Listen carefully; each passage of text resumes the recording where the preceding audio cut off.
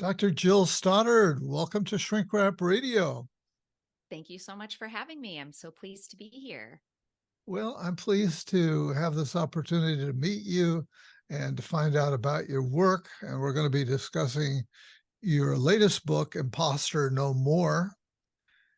And looking into your background a bit, I was intrigued to see that you had studied with David Barlow, who I interviewed way back in 2008. And I Yeah, believe I we saw talked that. about, He had been a and guest of yours. Yeah, that's right. yeah, in fact, yeah. I think he was a specialist in anxiety therapy, as I Yeah, recall. that's right. And so then some years later, you kind of graduated to work with Stephen C. Hayes, and you've written a book about your work with him, or what uh, a book about his work as you've used it, called Metaphors in Acceptance and Commitment Therapy. So I'm glad to hear about that, because clearly this is kind of, both of these guys are somebody, that had been tracking. And so I think later on into the interview, maybe I'll ask you for some of those metaphors, and maybe they'll Sure. pop up anyway. But somehow you weren't on my radar for that book, but then here you are, is just in time for this other topic, which is great. So you start off with some of your personal stories about imposter syndrome. And one that you tell is about uh, how your admittance to a doctoral program at Boston University, a very prestigious program. And so tell us, what were your reactions to that? Well, this is, people ask me all the time what got me interested in this topic. And I said, you hear research is me search. And I had this experience. I met with a Huh. mentor of mine who said, now listen, you're going to go to Boston and you're going to think everyone knows more than me and I don't truly belong here. And at any minute, they're going to find out that I'm a fraud. And I just went, how did you know? How did you Yeah. know? Like I had never heard anyone talk about this before. And Oh, he didn't call it imposter anything. He just talked yeah. about it in this way. And so I had already been feeling that way because I applied to this prestigious program, as you said, to work with David Barlow. And I didn't tell my parents. I grew up in the Boston area. I had been living in San Diego for a few years. And so Boston was home. And I didn't want to tell my parents because I didn't want any pressure to come back. And then the secret just sort of ate away at me. I was feeling very guilty that I wasn't Yeah. sharing this information with them. So when I told my dad, he said, and my dad's, a business guy. He's not remotely connected to the world of mental health. And he said, Dave Barlow, the clinical psychologist. And Wow. my chin dropped. I was like, what? How do you know him? And it turned out they had played golf together a few times. They belonged to the Oh, same golf club. oh my goodness. And so, I applied with 100% certainty that this would all be moot because there was no way I was going to get in. And I got in. And that was in around the year 2000. So over 20 years. And I still to this day worry that the only reason I was granted this acceptance is because David Barlow knew my dad. And now, of course, rationally, I know that can't be true. Like, that's not really giving Dave Barlow much credit, is it? Right? Like, he wouldn't just Uh, let some daughter of a golf buddy into his program if she weren't somebody who was going to go out in the world and do good things with the degree that she had gotten. But just at an emotional level, that oh, that sure. insecurity remains. And so that's what Yeah. got me interested in the topic. And then even more than that is that maybe I would only feel this way in the beginning, but once I proved myself and once I accomplished enough things, maybe I could Yeah. outrun this feeling. And, it turns out that that's not what happens at all. And in many cases, it's the opposite of that. And so I just find that to be fascinating that the Yeah. more we accomplish, it just It doesn't doesn't seem to disappear go over away. time. Yeah. It's not the cure. Right. Right. And I had never run across that phrase that you started with, that all research is me search. And that's a great one. I have to Isn't remember that that. funny? Yeah. Yeah. Yeah. And it's so true. It's so short, so pithy, and so true. Mhm. So very true. And that's why as a clinical psychologist, I always like to dig into people's personal lives somewhat extensively because I've got that clinician's curiosity and want to be able to put that whole picture together. And so I was glad to see, whenever I get the person's book, I look to see if that's in there. And fortunately, it was for you in quite a few places, but particularly in the intro. And there was another story that you tell in there, which I thought was particularly good. And it was a question put to you by your writing coach, Leanne, and again you were kind of struggling with a imposter syndrome issue. When I first encountered the book, and I thought, oh, I don't suffer from that. Total blindness. Mhm. Total blind. I've selective forgetting because as I thought about it a little bit more, wait a second, even for these interviews that I do now, as I'm getting to be older, and oh, nobody's going to want to listen to this old guy talking to people, There it and is. Yeah. so I have to. We'll talk about how I can deal with that. But tell us about this critical advice that you got from your writing coach, Leanne. So she had asked me, and I will say, the book is dedicated to Leanne. She unfortunately died when we were in the Uh, middle of working on this proposal oh, too together, and she bad. was very young, Yeah. in her late 40s. Oh, wow. Um, and she had asked me, "Are you a psychologist who wants to write?" Or she asked me, like, "Why do you have to write this book? And are you a psychologist who wants to write, or a writer who's also a psychologist?" And I thought about it, and I could sense, like, deep inside me, that the answer was that even though I'm trained as a psychologist and it's what I do professionally, I really feel like I desperately want to be a writer. And I happen to Yeah. also be a psychologist. And as soon as I admitted that to her and to myself, I really was flooded with imposter feelings. And in fact, when I first wrote the proposal for this book, the title was going to be Not a Real Writer. And it was going to Ah, be a book about imposterism specifically for writers. And my agent thought that it was a little too nichey and that we needed. So then I was going to have it be for creatives of all kinds. And then we made it for all professionals. But again, that research is me search is just, I really resonated with, I think when you're putting creative work out into the world, it is so incredibly vulnerable. I can like make a spreadsheet and show it to you and not feel terribly self-conscious about it, but right. something that that I'm writing, that I'm creating.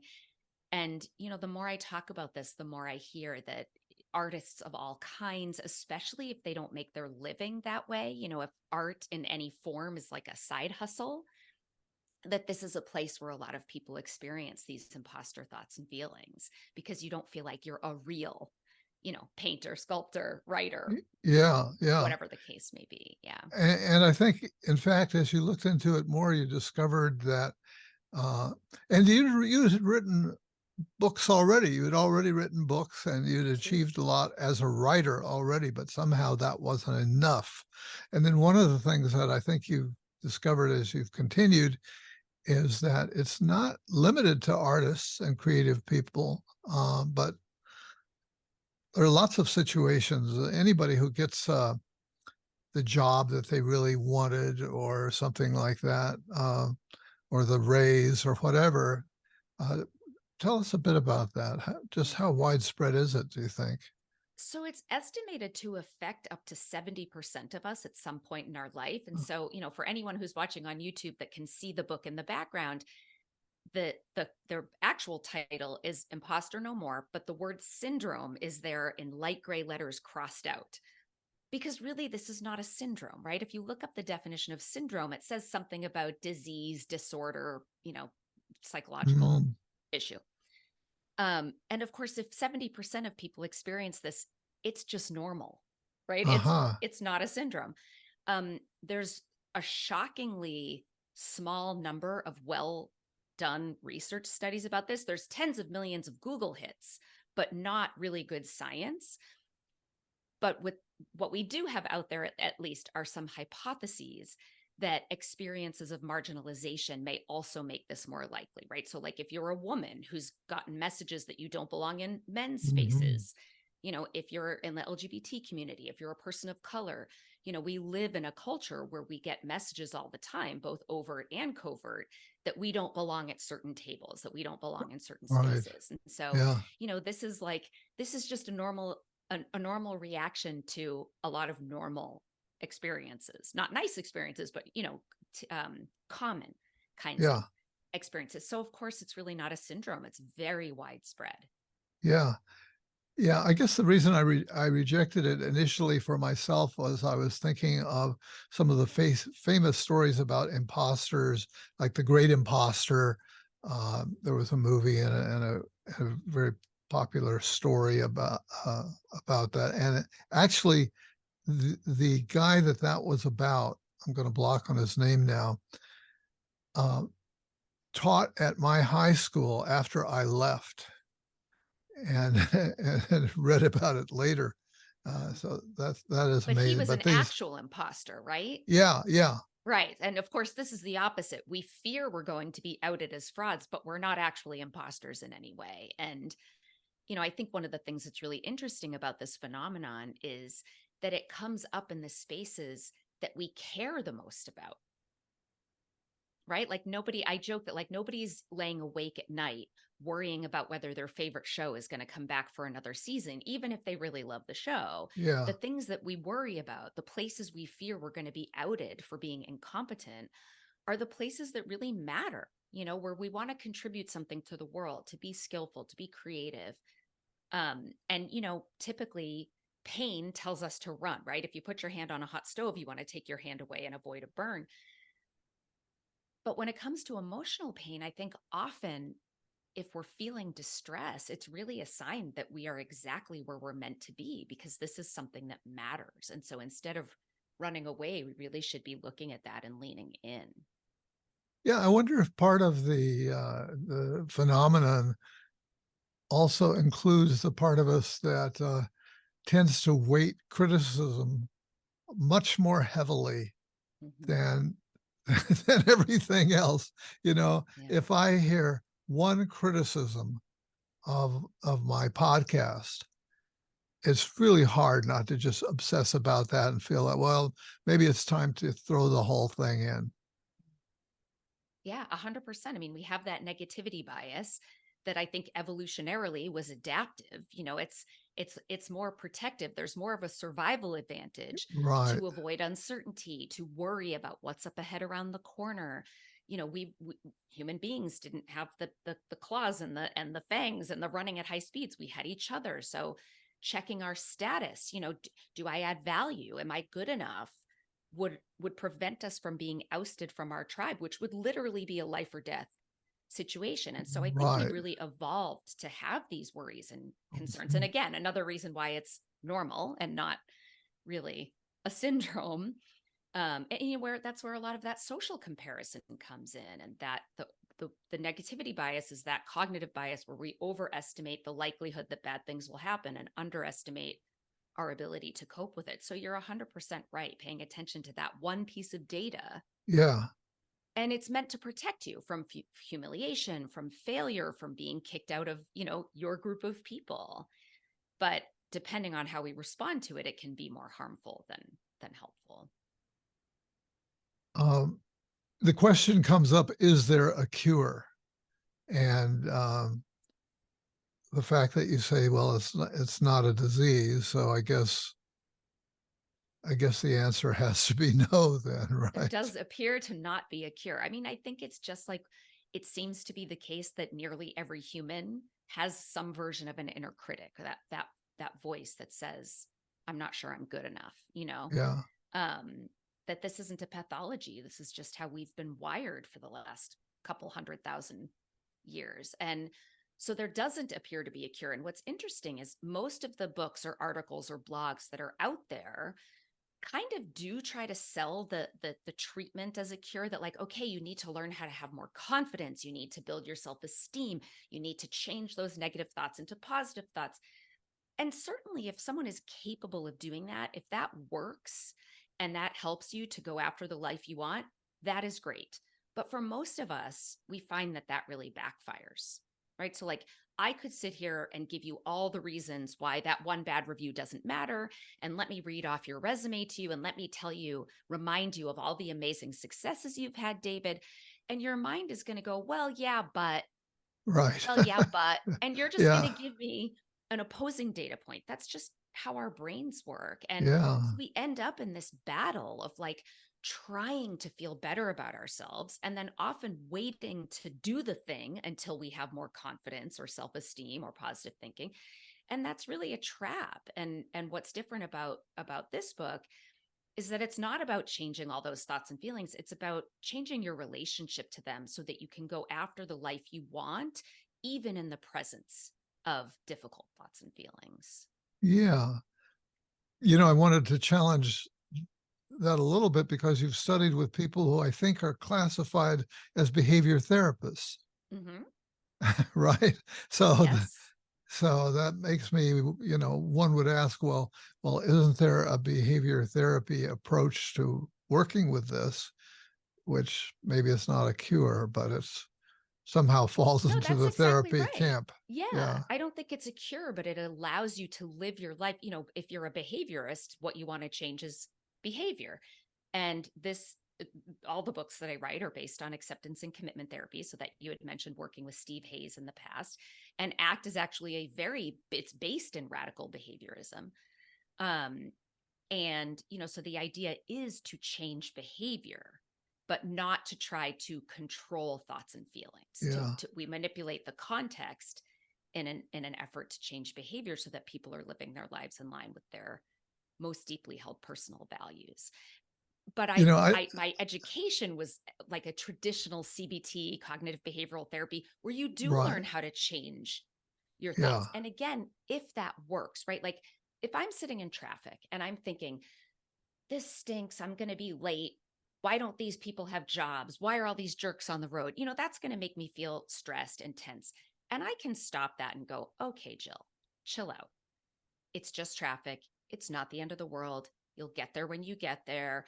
Getting upset about it isn't going to make the cars go any faster. Those are thoughts that I can effectively change that help Sure. me feel better, right? Yeah. So if that works, there's nothing wrong with that. But it seems to be the case that when we try to apply that to those I'm not enough thoughts, it just doesn't work. Hmm. And so we They're, need to have another way. yeah, they have a certain strength to them, huh? Yeah. For some of the reasons that we were just discussing, that the notion of being excluded from your group, Right. and that can be a life or death, career or no career Right. kind of thing.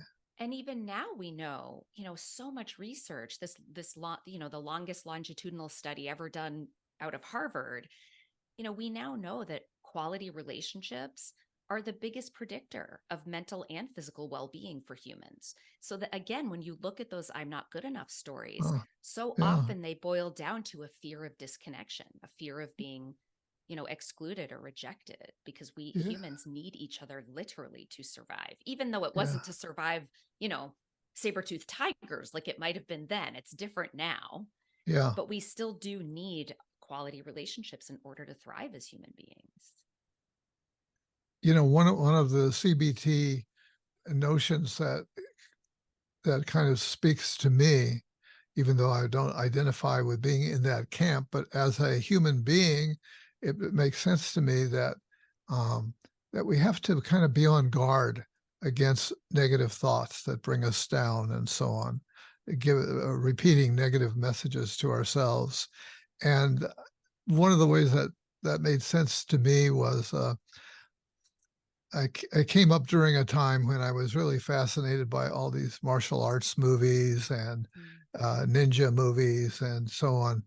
And so I imagine being a swordsman, one of these legendary swordsmen who, can handle many attackers is so alert and attuned, and you just go whip, real I quick. love that. And Yeah. so I feel like, okay, I've got to have that kind of attention so I can strike these things down or fend them off. Yeah, so that's a metaphor that I kind of use with myself a fair amount. And so I think of this also, to put it again in the martial arts context, you end up having to do a sort of jujitsu on yourself. Mhm. Does that make sense? That totally makes sense. I love that. I Yeah. think that's a great metaphor. And what it Yeah. makes me think of, in acceptance and commitment therapy, we talk about cognitive diffusion, which is essentially like unhooking from your thoughts so that they're not in charge of what you're choosing to do or not do. And as I'm imagining sort of like battling, the thoughts flying at you and sort of whacking them away with Exactly. the sword, Yeah. it gives this distance, right? These thoughts kind of become these things that we can choose to sort of Uh-huh. almost have like a force field. And you could try to change the content of them, like I said about traffic, if that works, or you can change your relationship. So these are things that you're keeping separate from yourself, right? There's this Hmm. space between you and your thinking so that you can then choose what to do or not do based on the person you want to be and the life that you want to live, Yeah. irrespective of what your mind is throwing at you. Yeah. Are there different types of imposter syndrome? So there's a woman, Valerie Young, who's a psychologist who wrote a book about this. I don't remember the year, but it's an older book. And she identified these 5 subtypes, and they're not really subtypes of imposter. What they really are, although that's an easier way to think about it, but they're different ways that people try to overcompensate and prove their competence. Like, so there are these strategies to try to prevent feeling like a fraud, Okay. and they fall into 5 categories. Do you want me to talk about what those are? Yeah. Yeah. Okay. So the first one is the expert, and this is the category I fall into. And this is the person who feels like, in order to prove you're not a fraud, you have to make sure you have the right amount of expertise, experience, knowledge, skill, but there's never enough. Another metaphor I always think of is like you're trying to fill up a cup, but there's a hole in the bottom of the cup, so it never gets topped off. Oh, yeah. So that's the expert, and I think many people I speak to who are highly educated tend to fall into that camp of like one more degree, one more certificate, one more class. Um, so that's the expert. There is the perfectionist, and that's kind of self-explanatory. It's having very, very high standards, and if you let that slide, then this, sort of proves that you're a fraud. There's the soloist. This is the person who feels that success only counts if you do it yourself. So having to ask for help is kind of evidence that you're a fraud. There is the natural genius. This is the person who believes that knowledge and expertise is innate. Like either you have it or you don't. It's a little bit like Carol Dweck's growth mindset versus fixed mindset. And so if they don't learn something the very first time that they read it, they think that they're a fraud because they didn't, get it quickly enough. And then the final one is the superhuman. And this is the person who thinks they should be able to like juggle all of the balls flawlessly with a smile on their face, never drop a ball ever. And if that happens, if the ball drops, they think this is proof that they're a fraud. And if they were truly competent, they would have been able to, spin plates on their nose at the same time that they were Yeah. juggling all of Yeah. these things. Yeah. One, So one of that's the the 5. things, one of the things that I loved in the book was you actually gave a nickname to your inner critic. But Sheila. I don't remember. Yeah, I don't Sheila, my remember. friend Sheila. Sheila, Yeah. right. So how do you use that? How does that work for you?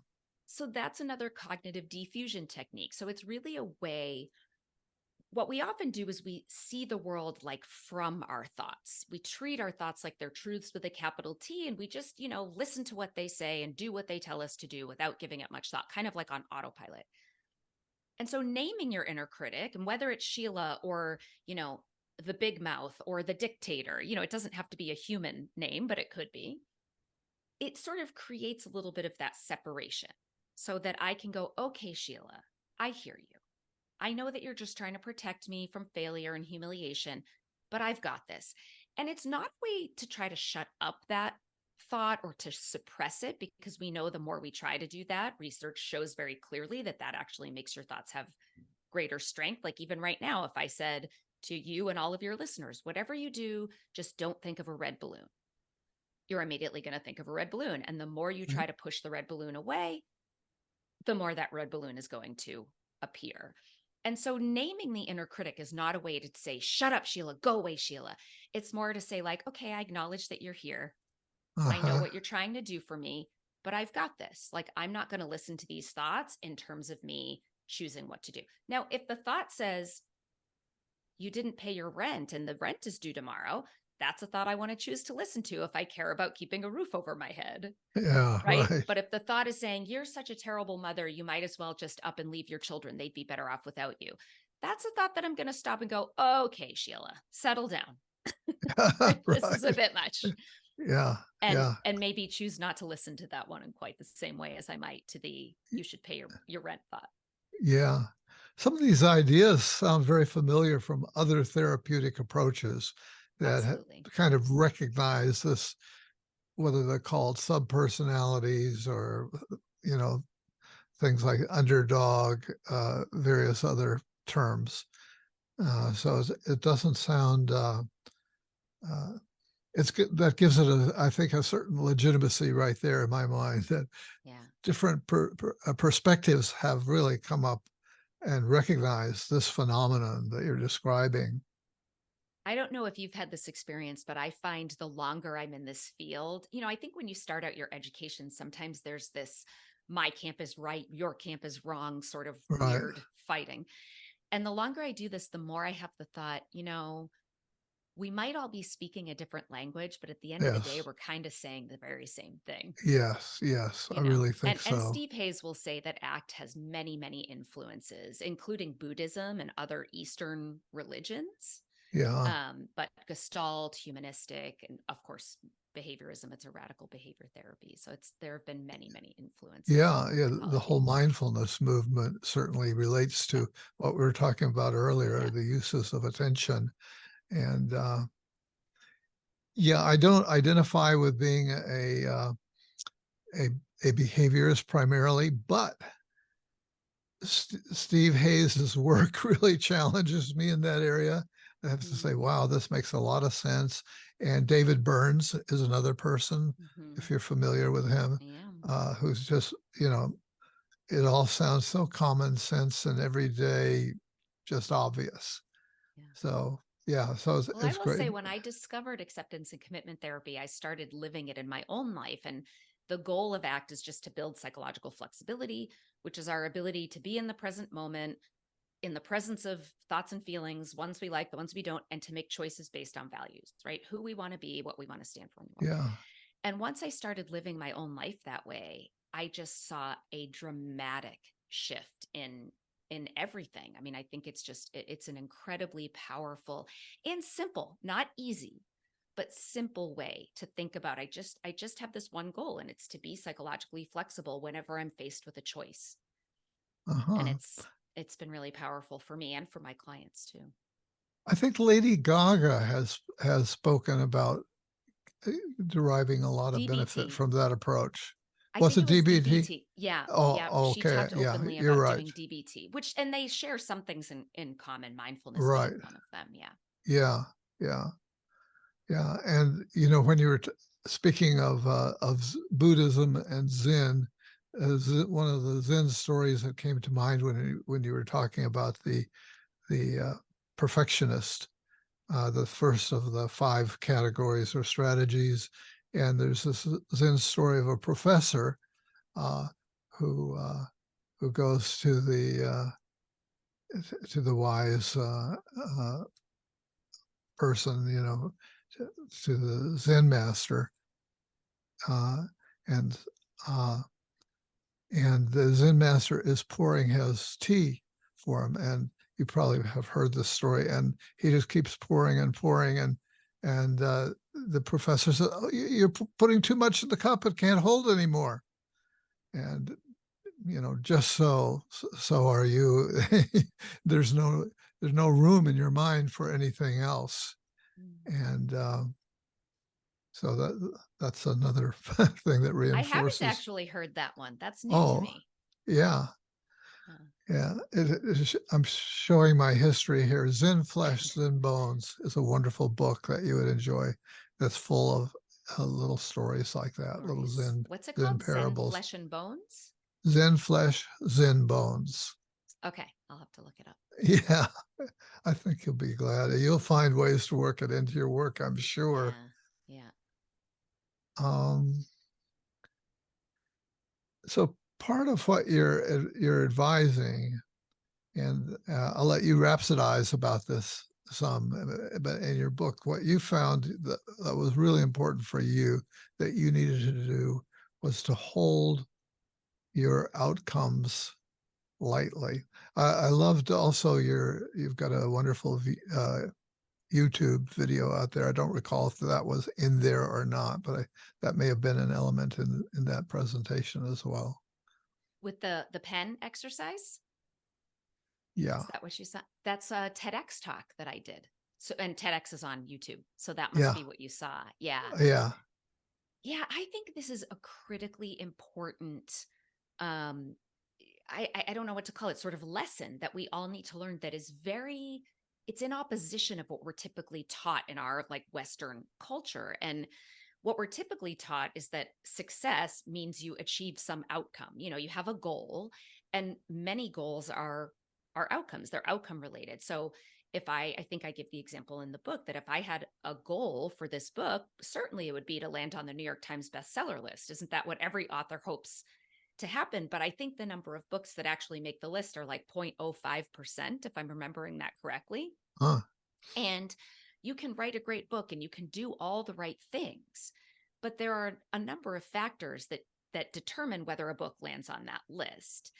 And so to say like if that's the outcome I want, that's my goal, and so if I don't get it, does that mean I'm a failure, that I'm a failure as a writer, that my book is a failure? I just think we have that wrong because outcomes are so often not in our control. And so what we can focus on instead is the process. It's the steps that we take, it's the choices, it's the actions, because that's what we get to control. We control how we move our hands and our feet and our mouth, and that's pretty much it. And then we can certainly desire and hope for a certain outcome. But the danger is if you don't get it. I think I tell the story in the book about how I was doing creative writing for 10 years and not getting published. It was rejection after Oh, yeah. rejection after Yeah. rejection. You know, of course, the outcome I wanted was publication. And but because I was focused on process and steps and values, like why is this important to me? For me, it was about learning and skill building and just creativity. So that helped me to persevere, even when I wasn't getting the outcome I wanted. And communication. Mm-hmm. That's very high on your on your value list, I think, as being a Definitely. communicator. Yeah. Definitely. Yeah. Educator. Yeah. Yeah. Yeah, so that the ability to focus more on the why helps us to keep going, right? So even if you don't get the job or the promotion or the date or the whatever it is that outcome you desire, you don't give up just because you quote unquote failed, right? You focus more on like the why to keep you moving in the directions that matter to you and hold those outcomes lightly. Yeah. Yeah. And so in the TEDx talk, there's an exercise that I walk people through that clients love. And so if people want to watch that, maybe we can link to it in your show notes or something. But Yeah. I recommend it. Um, you also talk about comfort zone dangers in the book. So tell us a bit about that. well, comfort zones are not all bad. They're comfortable after Yeah. all, right? And Right. sometimes we want to just be comfortable. But they're almost never where growth happens. They're not where the magic and the sizzle happen. And there's actually a woman that I interviewed on my podcast named Maho Malfino, who wrote a book called Break the Good Girl Myth. And she talks about, if you picture a comfort zone as a circle, she does that outline in a dotted line, and she calls it the vulnerability edge. And I'm not actually sure if that was originally hers or she heard that from someone else, but that's where I learned it. And she talks about how if you stray way, way, way outside of that comfort zone, you're going to be very likely to jump right back into the middle and never walk out again. But that all you need to do is come up against that vulnerability edge. And if you just step your one foot over that vulnerability edge and do the things that are scary, that are uncomfortable, then the vulnerability edge grows larger and larger, right? Your comfort zone, or maybe it's smaller and smaller.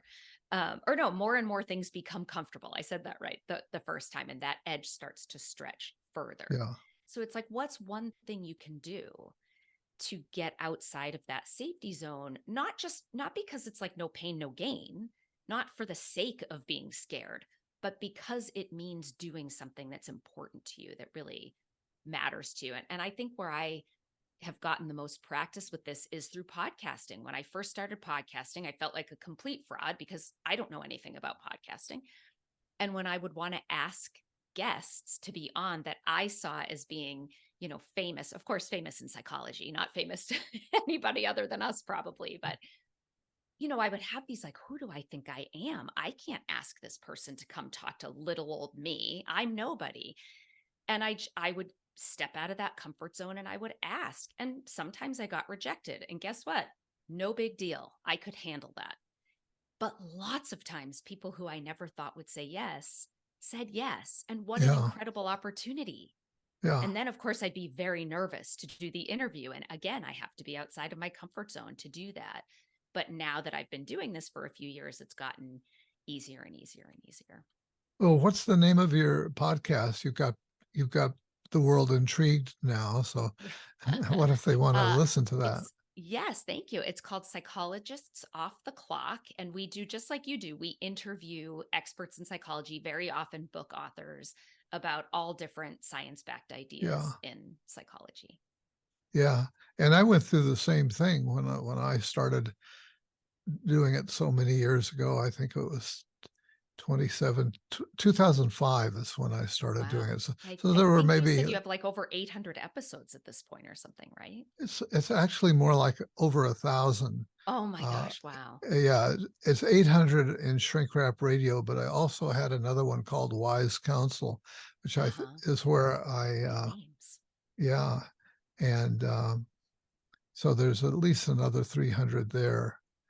Wow. So, yeah. But I had when I started out, I thought, well, I have an inner circle of colleagues and weird friends, and I'll invite them, weird psychologists. And but then I read about some psychologist down at USC in a magazine article, and I thought, oh, he's doing interesting research in the political arena. I wonder if I reached out to him, and that was the beginning. Yeah. Like, yes, he wanted to, and I can still get, and I call it going after big fish. I've always, it's kind of gives my ego a little shot in the arm, um, and uh, and as you say, they're not always going to come through, and sometimes I still can get a little nervous, but I can generally talk myself out of that pretty quickly. Yeah. Um, and oh, the other thing that came to mind in terms of the comfort zone is I'm also aware, and this moves us into a somewhat different area, but life will move us out of our comfort zone sooner or later. And 100%. yeah, and often the most growth happens for people as a aftermath of trauma, tragedy, death, things that we just would never want to be visited by. But willy-nilly, like it or not, a certain amount of that's going to come to each of us in our life sooner or later.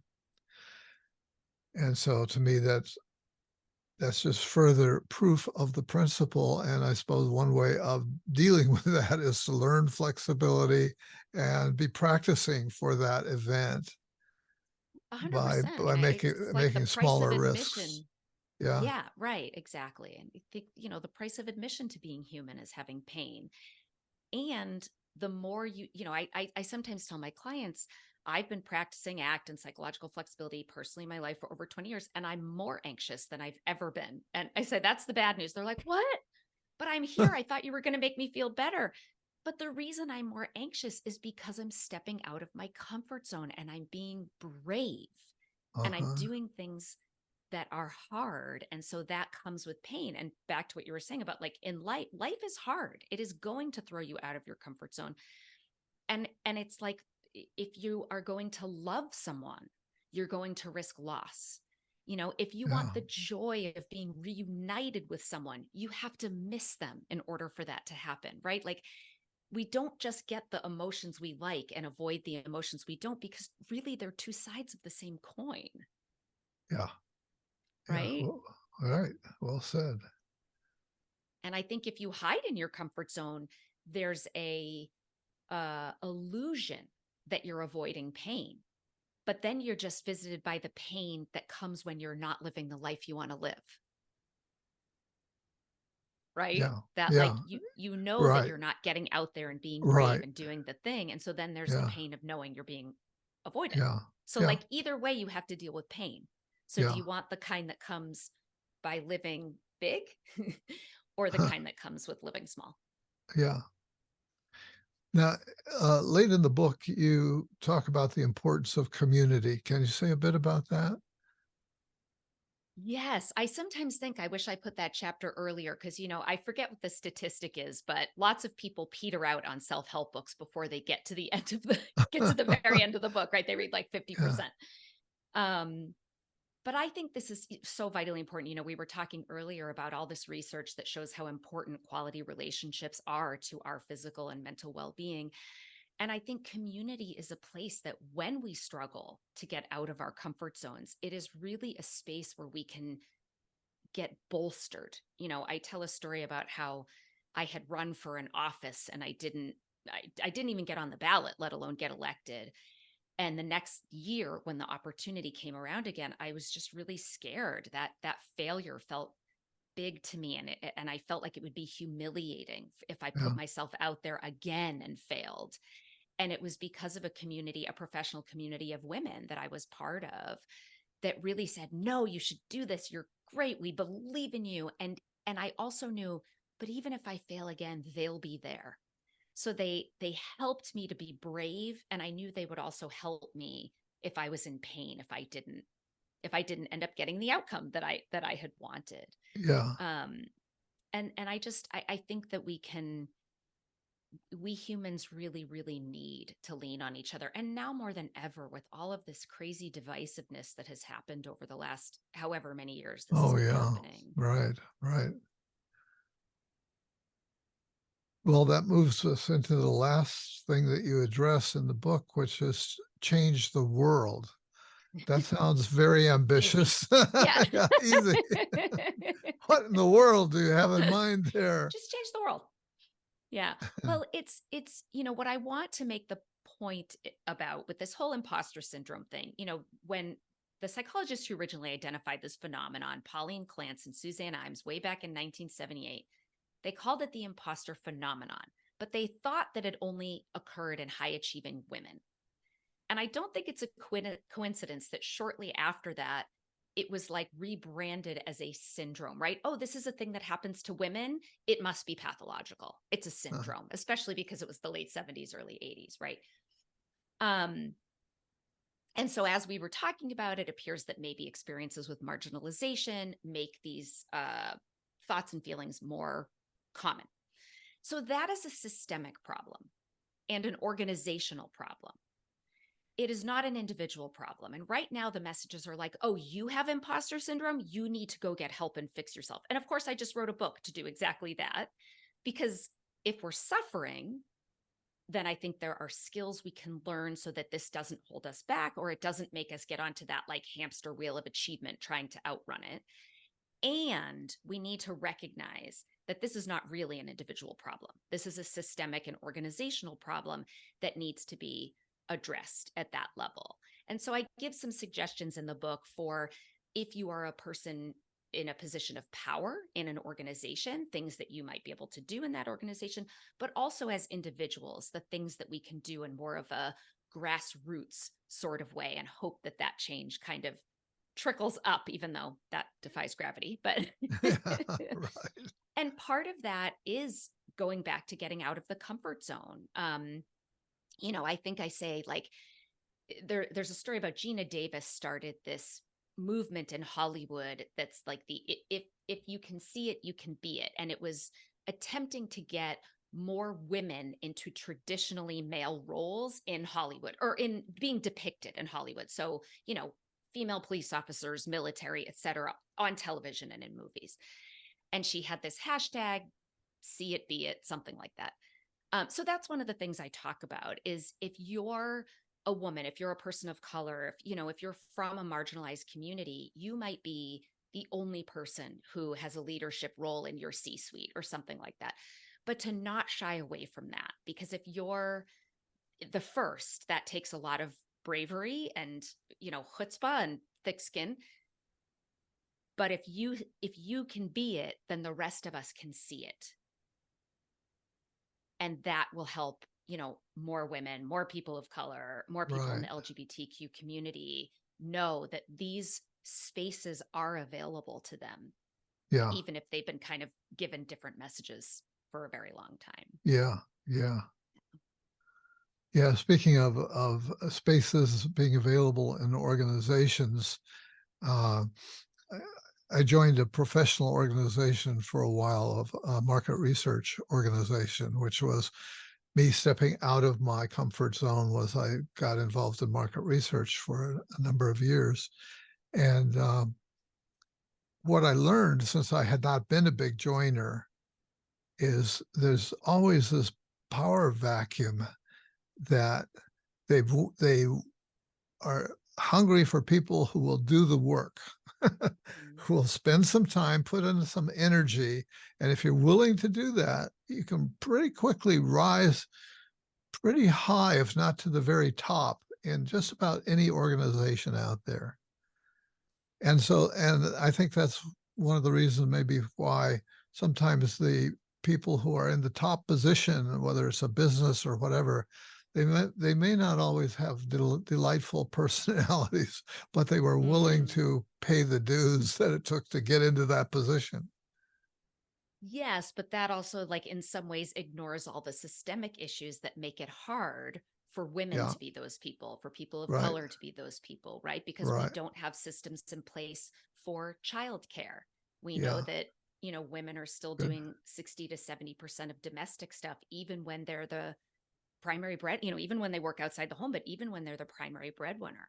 Yeah, And I think that's changing. I feel optimistic that that's changing, especially with COVID and work from home and flexible schedules. And, we're starting to see a shift there. But I forget exactly the statistic, but it's something like, I might not get this exactly right, but it's something like 70% of, like, male CEOs, the men in the C-suites, have stay-at-home wives who don't work. So right. part of the reason they've been able to work hard, work 60 hours a week and Yeah, rise to the top, is because they have someone at home taking care of everything else for yeah, them. yeah. Right. And so those kinds of organizational and systemic issues, I think, are really important to keep in mind when we look at, like, the systems are not set up for women, for people of color, for, you know what I Right, mean? And right. that's part of where the imposter stuff comes from too, when you're the only one. Yeah. Yeah. Well, this has all been very rich. And is there anything else that we haven't touched on that you want to be able to say here? Well, one thing that came to mind when we were talking about the subtypes, if people listen to that and go, oh, I think I'm an expert, or I think I'm a perfectionist, if you want to know, I actually created a quiz. So you can go to my website, which is just jillstoddard.com/quizzes. And there's a little quick quiz you can take to find out, like, what percent of perfectionist you are and what percent of expert you are. So if people were interested in that subtype part, they can do that if they want to. Right. And people should know that Stoddard is spelled with two D's, Stoddard. That's three D's. That's 3Ds. That's right. You're a 3D person. Thank you so A lot of much. times people think I'm saying Jill's daughter instead of Uh, Jill Stoddard. yes, yes. Yeah, if I didn't have it written out, I might be having problems with that as well. Yeah. Well, thank you, Jill, for a very 3D presentation. And it's good to meet you. And I wish you well in your ongoing dissemination of Yeah, yours. information.